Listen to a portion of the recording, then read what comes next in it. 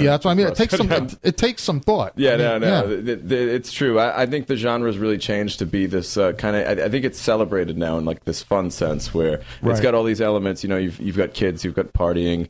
That's big with these horror films now. You know, obviously there's always boy meets girl. There's a little funny business in these horror movies, and then there's the gore factor. People just want to see as much blood and as much violence as possible. But I think you're right in the sense where the blood and guts don't necessarily make the scary film. No, and even when you have I forget who is the director of the, but Drag Me to Hell, from a couple of years back. That was a remake of the old Curse the Demon black and white film.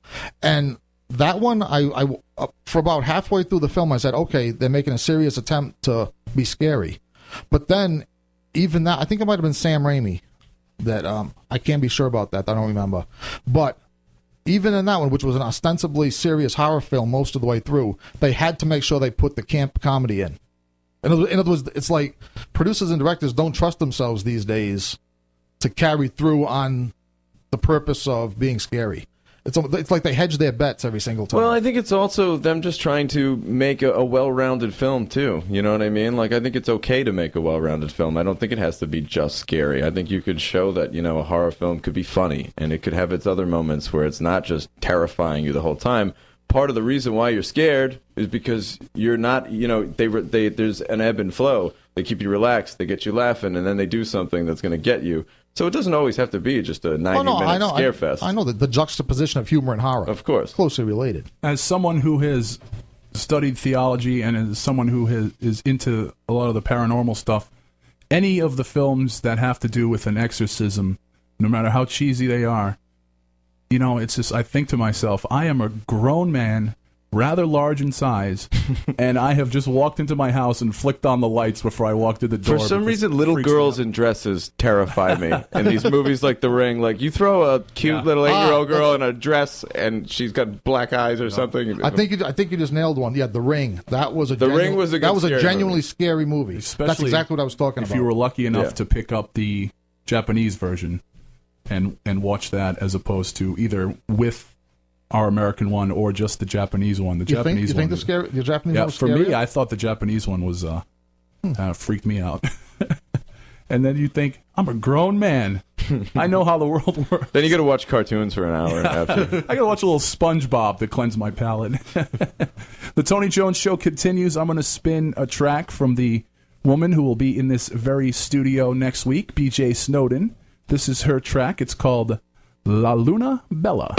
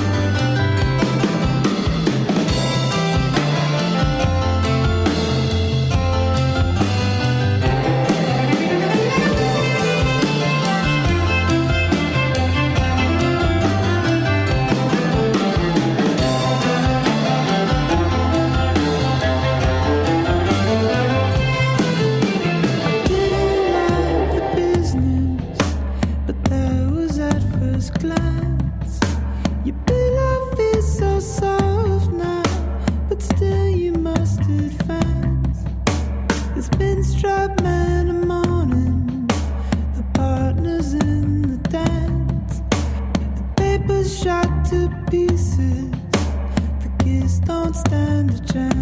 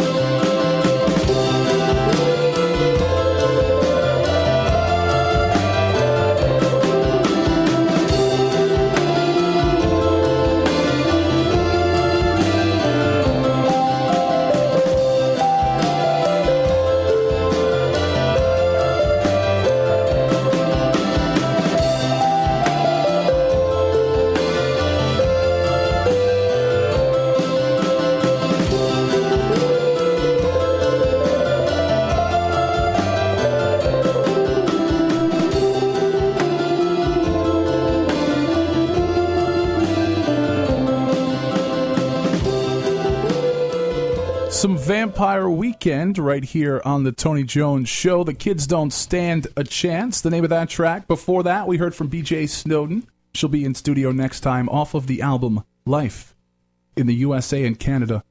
La Luna Bella, the name of that track. If you're not familiar with BJ, go on over to YouTube, do a little Tony Jones Radio Show homework, and Google yourself some BJ Snowden. She is fantastic. The Tony Jones Show continues. George Garner is my co-host. Filmmaker Tommy DeNucci in studio. We talked about self-storage. We talked about Infected. Woodhaven's Films staying pretty busy. Army of the Damned coming up. Tell us a little bit about that one. Army of the Damned is a project that I cooked up over the winter. Actually, it was during one of those storms, and I was just at my house, and, it was one of those nights where I wasn't getting out, basically, and just cranked, and I was worried about losing power. And, I can't write with a pen. Who knows how to do that these days?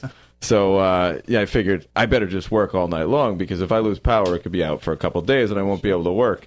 So I just didn't stop, basically, and in a matter of about 48 hours, I cranked out a draft, which, it isn't too far off from the shooting script that we're going to use in April, when we start shooting, April 22nd. Basically tells the story of a cops-type reality TV show gone horribly wrong when a group of small-town police officers stumble upon a supernatural element within this house, basically, and just bad things happen from there. I'm really happy to be working with Chad Verdi again. He's really the driving force behind these films. He's just a real tenacious producer, and he cranks content out. This is the fourth. This is actually going to be our fifth film already, and we started cranking these things out back in 2010. So, in a pretty short period of time, we've been able to make films. Not just anybody can make a movie, but a guy like Chad Verdi can take it and actually get it out to those 100 million homes worldwide that we were talking about by making the right relationships with distribution companies and getting these movies out there so people can actually watch them.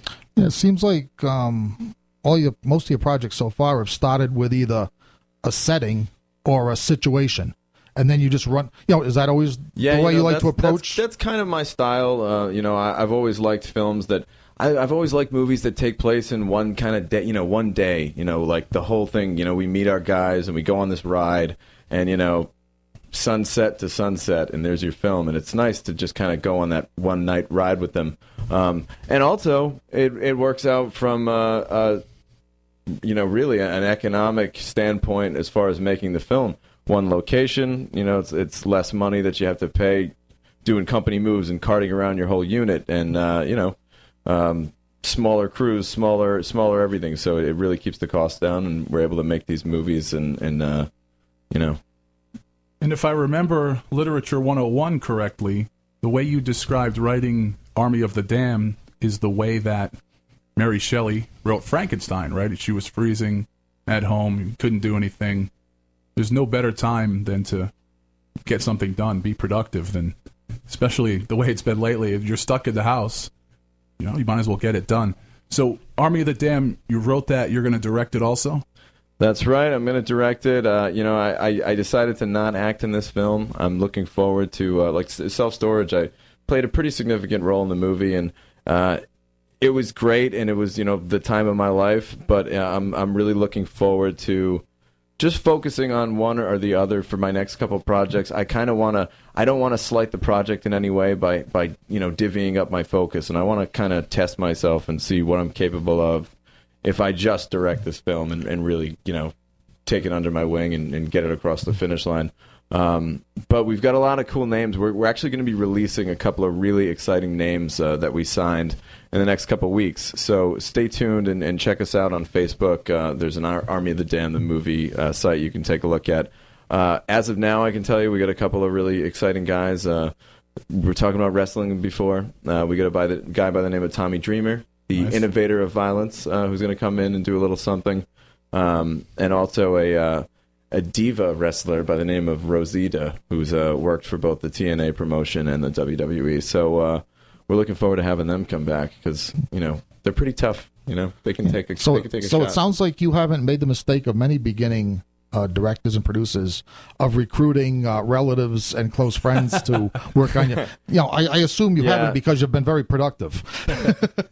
It's true, but I got to say, I've always found a way to get friends and family in there, whether it's as extras or, It's amazing. The great thing about making a movie in Rhode Island is, it's one of those things where it's like, oh, we need a flatbed truck to transport whatever. Oh, call Joey. He's got one. I or got whatever. A guy. My uncle so-and-so. He's got a forklift we can use. So, we really get a lot of things off of, my uncle so-and-so has one.